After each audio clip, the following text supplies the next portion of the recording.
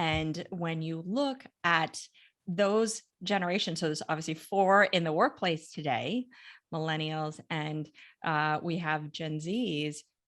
Impact is so important. It's about being better, doing better, having an impact. What they've grown up with when they started working during recession. And so they had to think very differently about opportunities for themselves. And they saw their parents or others who were loyal to a company and not progressing in the way they wanted. They weren't happy. So these epiphanies and it's seeing how others didn't feel fulfilled made them realize, wait a second, is that what I truly want? Is the money, is the wealth, is that title going to reflect happiness?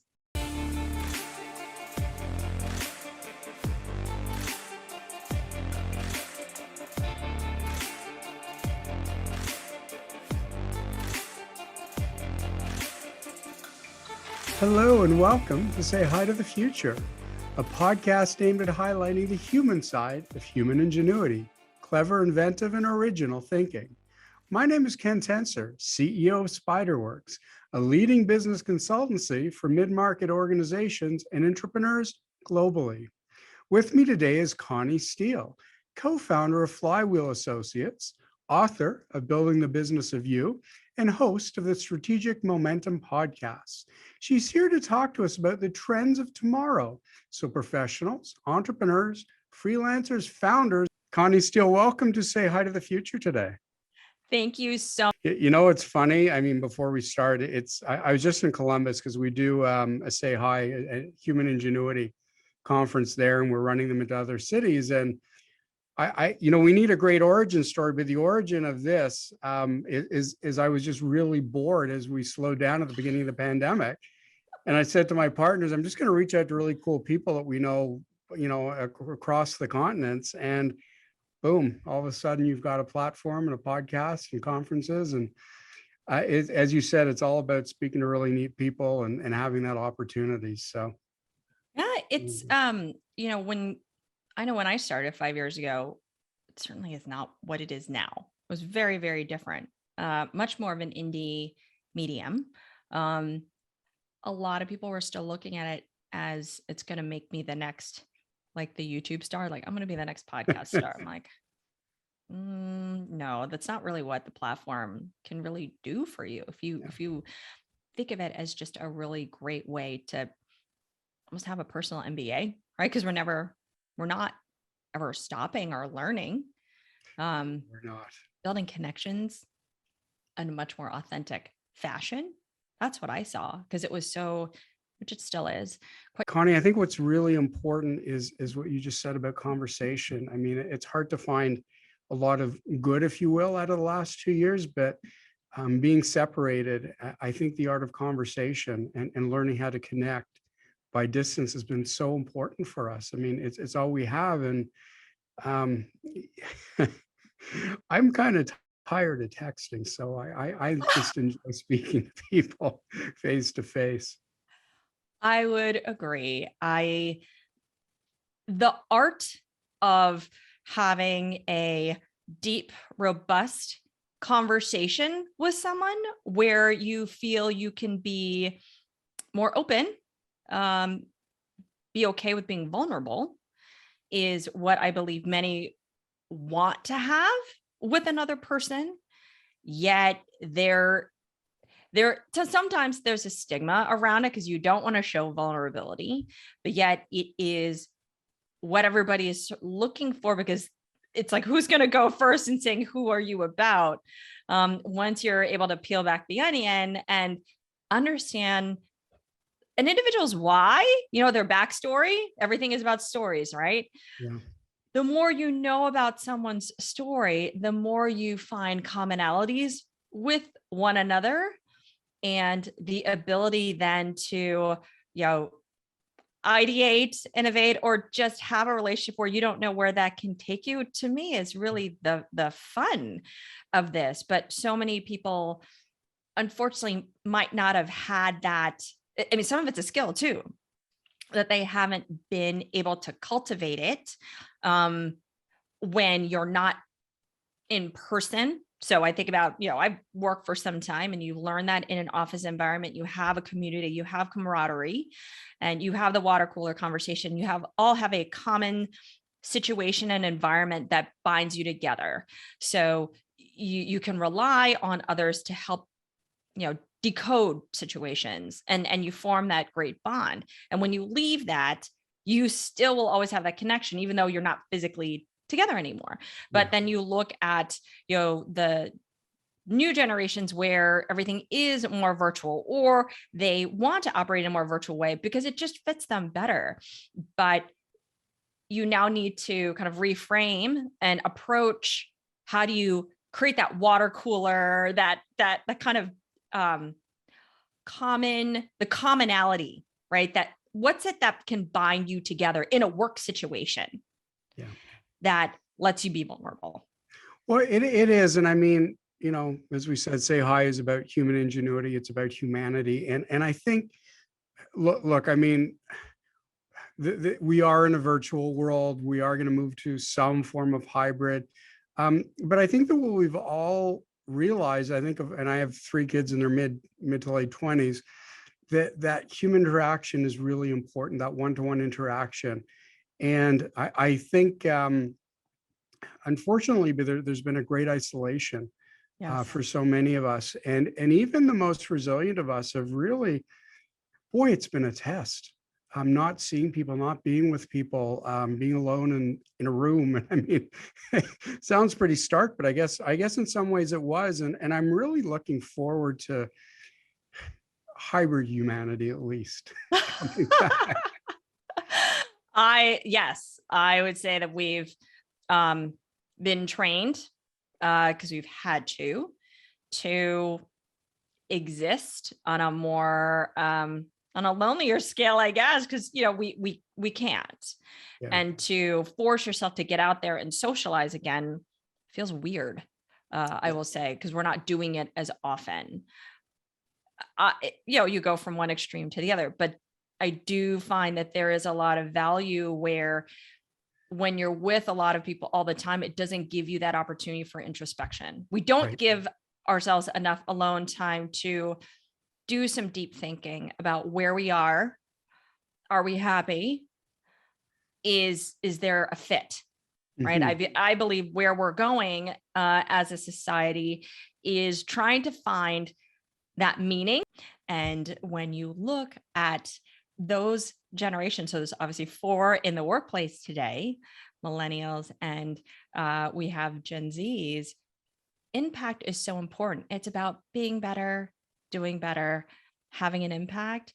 What they've grown up with when they started working during recession. And so they had to think very differently about opportunities for themselves. And they saw their parents or others who were loyal to a company and not progressing in the way they wanted. They weren't happy.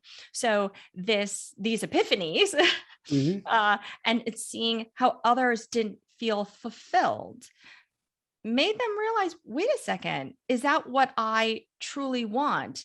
Is the money, is the wealth, is that title going to reflect happiness? And they're striving for that. And you see how there is this, and Gen Zs are, very focused on sustainability. It's Yeah. what can we do to make a difference? And so that being so core to people's personal values will inevitably translate into how businesses need to think differently and align with what individuals want, because it's not about just working for a paycheck. It's, do I feel satisfied in what I'm doing every day? And am I learning and I'm growing? And I may not be in an organization for a very long period of time, but do I feel like the foundation that I'm getting in that organization is helping me move in the direction that I may want to go, which will be some bigger impact in the future? Yeah. Well, no, absolutely. And it's funny, as you're talking through that, and again, I don't want to seem a cynic in my past. It's funny, but I truly believe, as you're describing that organizations, especially today, are committed to the individual, or are awakening to the importance of the individual. Again, I think that 10, 15, 20 years ago, and I don't want to sound cynical, as I said, but we'd say, how are you doing? How do you feel here? Was it really meant? Did I feel that incredible warmth and sincerity coming across me, over the desk? I'm not sure I did. I actually truly believe that today. And I know that, again, as an entrepreneur, one of the books that moved me was one of Reid Hoffman's earlier books, the founder of LinkedIn. And he talked about, I might get this wrong, but the employee contract, becoming obsolete, that it was really about understanding our next year or 2 years and what we want to achieve as individuals within our roles and for the organization. And, just looking at it as a bite size rather than an inevitability, you're going to just be here, and why are you leaving, to what's important to you, what's important to us, and let's find the right fit. That book really moved me in my thinking. I think that aligns so much to where I see things going, because if you take a step back and you look at the workforce population and start to understand that with 4 generations in the workplace, millennials being the largest, the oldest being 40, which many don't even recognize. So if you fast forward this 10 years, they're going to be in all major leadership positions. Right. There is a fundamentally different way of thinking and doing as a result of technology that they've grown up with. You will now have a workforce that are digital natives. They have grown up in an agile environment. So if you kind of go backwards and you think about, when being agile, everything being in a beta, that first term of Google being in beta, right? That's what they grew up with. For them, life is a constant beta. They intuitively know that. It is about testing, learning, iterating. Failing forward is learning. And so in order to create the traction that you need, it's sampling, which is very counter to other generations where I grew up, where it is specifically lay the plan. Right. It is almost the industrial line way of working. It's one thing to the next thing to the next thing. It needs to be perfect. Perfect is the enemy of good in this particular case now going forward. So when you take a step back and understand those dynamics, how they are sort of agile in their life, it is an agile way of life. And things are quite fluid in nature from the role that you play. And this is the case, particularly during the pandemic. I'm a mom. So not only am I a consulting business owner, but I had to context switch constantly to take care of my kids, or to deal with any client issues potentially, or to address, project managing my home. I mean, there's so many different roles that women played or individuals played, and you're switching back and forth. But the other piece too that you're seeing is that individuals have wanted to work when and where they want.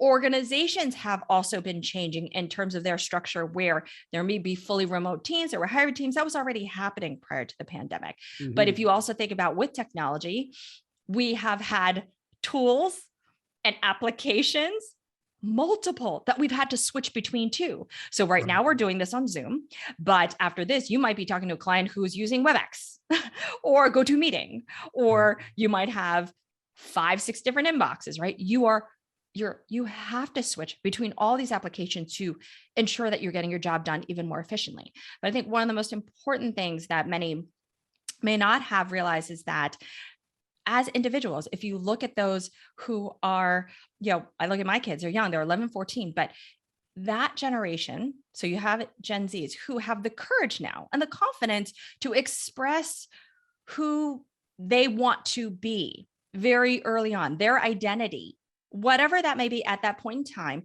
They are feeling more confident in sharing what that is. And that is inevitably changing over time. So if they are expressing that earlier and not conforming to what society expects them to be, that is going to manifest itself in the workplace. And that is not quite fixed. So, so much of that was sort of the epiphany for me when I was looking at the sort of macro world. How are things changing? Everything is a hybridization. You don't really have a pure play of things. But if you think about experiences that we have from exercising, you have all these kind of interesting, mashups with exercise forms, right? With food, with shopping experiences, with products and services. A phone's not a phone, right? A phone is it is a camera, right? It's has video. It could do so many different things. It's all combined in a way that is about making it fit for you, which is why it gets to this really important tenet, is that understanding the future isn't about being fixed. It's also not a fixed mindset. It's about being fluid. And now we all have to go with the flow, because inevitably we're now in a world where change is constant, but uncertainty is now the new certainty. And if you go in expecting this is exactly how my day is going to be, and how many times have that hasn't manifested itself, right? It hasn't happened. We're like, some sort of thing comes out of left field. And we're like, wait, what do I need to do now? You just take it, you quickly solve whatever that small step is, but then you're able to get that traction. And those sort of major blind sides that you might get may not phase you as much, because we're all going to get them. Right. And we work in very similar areas. I mean, different fields, I would say, but similar areas, because we also deal with ambiguity. And just for fun, in my mid-50s, like everybody should, I'm doing my doctorate in human ingenuity. And so what I'm looking at right now is how we deal with ambiguity, because we've been dealing on such a macro level, whether it's performance, culture, change, leadership. So these very, and there's nothing wrong with it, but these very 30,000 foot, pretty hierarchical structures. And I'm really focused on helping people at point of decision, and in situ, if you will. Like, how do you react better to ambiguity, as you say? How do you react better to change or surprise? Because again, as you say, it's a certainty. Things are going to change so quickly. So as individuals, and I know you wrote a great book called Building the Business of You. So as individuals, how do you help people deal with, become comfortable with ambiguity? So much of this really starts with understanding yourself. So, when you had mentioned during the pandemic, you hadn't spent that time necessarily to evaluate where you are, what you may need, what makes you happy, what actually fits. And everything now, I believe, has to start with you doing that homework, because we are now in a world where you are a product and service on the web, whether you like it or not. And as a result, you do need to look at yourself as the CEO of you, because many, I'm sure, have experienced that they can't always rely on their company to chart their course. Before, the path for you to move in the direction you want was simple. You followed a blueprint. That blueprint seemed to be tried and true. It's not anymore. So to do that, to create that traction and to start to alleviate that ambiguity, has to do with you spying the trends in yourself, knowing where your strengths are, knowing what environments fit you best, realizing what your talents may be, what uniquely makes you you. And that isn't just you do X, like the tactical skills, but the almost less tangible aspects of you that many people don't even think of, but the way, their how in approaching a problem or relating to people is a very valuable aspect of you. And the way you can do that too is to ask others that know you quite well to give you that 360-degree review. So for many people who've worked in a corporate environment, part of that evaluation process that you go through is getting that assessment of what people think about you. There's no reason why we shouldn't do that for ourselves to help hone in on sort of our superpowers, so to speak. Mhm. And when you get grounded in that, so much of this is knowing, well, what am I about? Not easy to do necessarily, but when you do have a better sense of this, and you can look back on those experiences where you have dealt with ambiguity, where Mhm. you may not even realize it because we're all moving so fast. But when you can do that and recognize you have been able to deal with very trying times, because there's been sort of a proven pathway of how you've dealt with that, probably a referenceable point. Right. Anchor yourself on that knowledge and say, all right, this is what happened.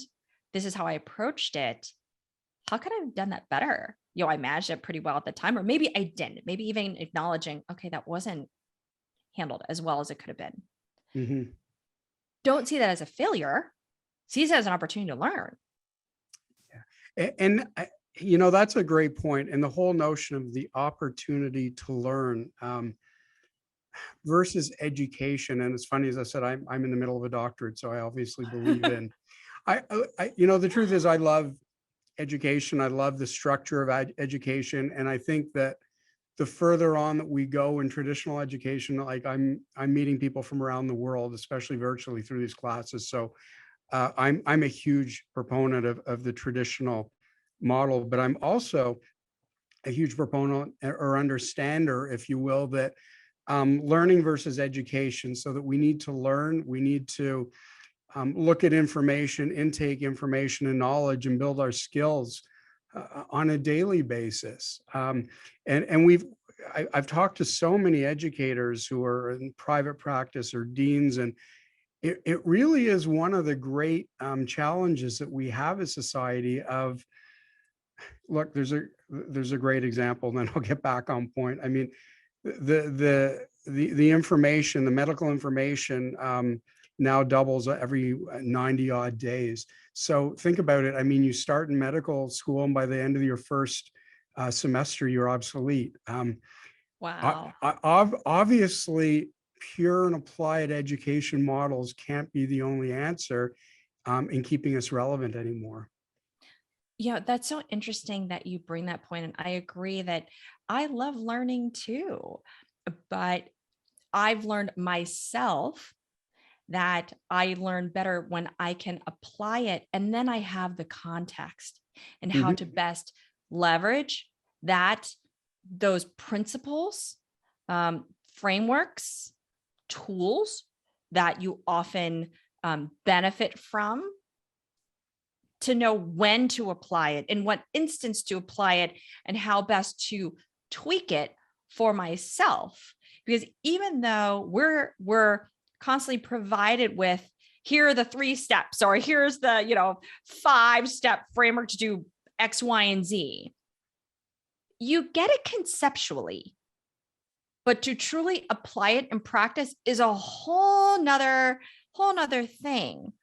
And you don't necessarily feel it. You get it. Okay, so I do it A, B, C, but it doesn't quite stick. So until you're able to know this is the instance in which I should apply this particular principle, and this is intuitively the outcome I'm going to get, and it becomes rote, that's when you know you've embodied it. But you're right. Opportunities to teach children, for example, how do you deal with navigating tricky people situations? How many of us, and I will definitely speak for myself, There's 8 when, billion of us to navigate, Connie. It's a tough right? one. But when you went into, when all of us have started working, navigating dynamics of people and the tricky and sticky situations that you have, the politics, which so many people like to avoid because it's super uncomfortable. But it's a way of business. It's a way of life because it's people. Mhm. Very difficult to do, but it's clear that when you are able to better navigate the people dynamics, conflicts that you run into, differences of opinion, but in a way where you could still have that mutual win-win or learn to bridge, so to speak, you will be able to be so much more impactful in what it is you do and build a level of confidence for yourself. However, to know how to do that and learn that in just reading an article is incredibly difficult. So Right. I know it wasn't until I had valuable mentors who had given me almost use cases, give me situations that said, do this, think of it this way, think of it that way. Did it all eventually start to click? But now it's, again, how do you read people? How do you have that, build that EQ, right? We know EQ is Right. so incredibly Right. important for those Right. today. But you are so right that how do you marry the academic with truly the pragmatic Mhm. in a way that you can deliver speed to market, candidly, and that you can learn rapidly and iterate for yourself. Right. And is that, I mean, there's a word that you referred to a lot, whether it's books or I've listened to your podcast, and that's fluid. And to me, my understanding of fluid is no fixed shape. And I think that that's really what you're speaking to, that how we learn, how we act, how we interact. There are no more fixed shapes to it, that we need to learn to be fluid and how we approach everything in our day. Yes, absolutely. As I mentioned before, fluidity is the way of our lives going forward. Inevitably, that's going to be the way of business. They need to be fluid organizations because the the changing dynamics on a macro level are ones that we can't predict. And when you think about, you've got dynamics in the world happening, things that are happening in your company, things that are happening in your own personal life, those three sort of stratas are constantly changing now. When 10, 15 years ago, hopefully two of them are pretty fixed, right? And so Right. you could get grounded in one particular area. But with all three in constant flux, a lot of us are feeling anxious because none of that feels like it's within our control. The reality is you can, but it's shifting the mindset to identifying what are these small areas that you build over time, and it's fluidly moving and you're pivoting left and right to find that traction. Because if you look at everything as this sort of big milestones, big bang for everything, it's not to say you don't have that clear goal. You're always working towards that bigger strategic goal, but the pathway to accomplish those goals are going to have a lot of twists and turns because you're not really sure what exactly will work. What you can do is collect information to ensure that you have more confidence that it could be the right outcome, because you're ultimately trying to get to product market fit is the product, but about it's your own personal, professional fit. What Right. that looks like is going to be very different for everyone. And so when you get in the mindset and you're like, okay, you know what? I'm just going to have to go with the flow today. These crazy things that might be happening are not going to, pull me down, because so much about work and our life is an emotional reaction. And it's very psychological. And when you have the right mindset to say, you know what, I'm going to still persevere, I could still move forward. Right. Uh, you're Yeah. going to be able to create that traction. No, absolutely. And as you describe that too, I think there's one thing, and I'm sure you do it as well, making people understand that it's okay to be a little bit uncertain. And you talked about, 10, 15 years ago, we weren't faced with a lot of these challenges. This is new. I mean, again, not to date myself, I'm not that old. But no, but I mean, we could have been doctors or lawyers or Right. firemen, whatever it was, but there was a list of 5 or 10. Yes. Everything today is changing, and how we work and where we work and who we connect to. So nobody really has this down pat. And what we like to say is you don't have to be right anymore, but you do have to be prepared. And for me, it's the openness that you're describing. But again, don't feel bad if you're a little bit confused, because I think everybody is. I loved what you just said. It's okay to not know. And it is about that openness, because there are going to be so many new opportunities and jobs that come into the future that we won't even be able to predict because things are happening so fast. So when you look at this as, an opportunity to try new things, and that the breadth of your options, really the optionality has completely expanded, right? So you'd said, right, 5, 10 years ago, kind of those pedigreed pathways for a career we're very defined, we're very specific. But now look at what you can do, what people are creating that you would have never thought of. And what success looks like for them is very different than someone else. Not everybody wants to be an Elon Musk. Right. That's just not Right. what they want. It doesn't mean that they're not successful. They might have created a very fascinating e-commerce business that is so incredibly niche, but that ingenuity of how they did it is pretty amazing. And they're happy and they're fulfilled and they're fulfilling a need for the market and they're fulfilling a need for themselves. So who's to say that isn't successful? Definitely. Definitely. And not just a definition of success, but understanding what success will be to you in the sense of, again, we used to just choose a school, and frankly, any 3 schools that you were allowed to apply to. Now you're choosing a life, you're choosing success, and it leads to, as our time starts to come to an end here, it leads to a word that a couple of words you used earlier, and I think is really important, and that's the notion of career mashup. Again, I think career mashup 10, 15, 20 years ago might have just been understood as, well, can't you just make a choice? But today it's not. It's a life path that is going to change because the world in front of you is going to change. Absolutely. Well, you also, if you think about the world back when, it was a linear, sequential, rigid, siloed, really conformist. And now it's one where it is nonlinear, it is collaborative, it is multidimensional, multimodal, one where it's focused on individual agency. And what you're seeing is really this convergence happening where people don't want to choose and say it's this or that. It's, I want this and that.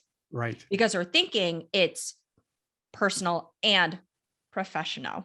It is purpose and profit.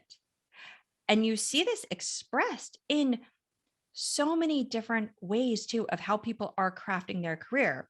If folks were to go onto LinkedIn, and if you notice how people are describing themselves, they're not describing themselves as one primary title anymore.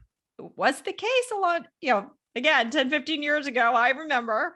But what is the title that you want to convey of the company that you work for? Now you see a range of descriptors on LinkedIn because people want to express their whole self. And we are not one-dimensional. People are not one-dimensional in any way. So why should we be forced to compartmentalize and showcase one side of ourselves? And you just see this coming out. People are recognizing it. They want to be able to express who they are. And that's why this term, the career mashup, which is a combination of your roles, skills, experience, interests, hobbies, to really reflect all of who you are, is what I see as a career of the future. Some people may call it a portfolio career. I see a career mashup is really 2 things. One could be a portfolio career where you are parallel pathing multiple careers simultaneously. So, you're a podcaster, you're a consulting business owner, I'm sure you're a speaker, right? You've got a lot of different things there. But others may be a situation where they're creating this super job where they have sampled a lot of different areas, but it's all coming together into a role in which there's such a benefit to them being able to flex up, down, left, and right. That utility player is what's so valuable in them. And I'm sure you've found this. I know I found this as the case, is those people who can stretch into other areas and add value on top of the main role they might have is where you're like, wow, you can have a much greater impact. So to me, when I think about where things are going, at the end of the day, it's so much about people wanting to express all of who they are, because then they realize, wow, I can really be me. I don't want to fit into this box. And because of technology, there are ways people are able to monetize this. Now, you don't want to do too much, right? Because it could expand almost too expansively. But the fact is that recognition that it's about what I want to make life fit for me, not my company, life. Right. No, I think that's so well put. And I'll just share to your point. During the pandemic, I've really thought about all the different things that I do, and having that traditional role for decades now of entrepreneur and CEO of different businesses I found, and I've morphed to becoming a curator, and I curate conversations globally with really interesting people, and I love it, and it really it makes me feel better and more satisfied. It actually gives me a North Star, to your point. And I think it really helps our clients, because I'm able to talk to more people and bring out more insights. So it's been a Well, great transition. I got well, to I say, would say too, knowing everything you've done, you've now built breadth, right? As we know, in the past, it was about depth, specialists, mhm, focus on one thing really well. But to me, the other fundamental shift is breadth versus right. just depth, because so many things are interconnected in this world. And the more that you're able to understand different businesses, different roles, you can connect the dots faster on how to problem solve. And so straddling across different industries makes you actually more competitive, because again, let's face it, we're now in a very collaborative type of working Yes. environment.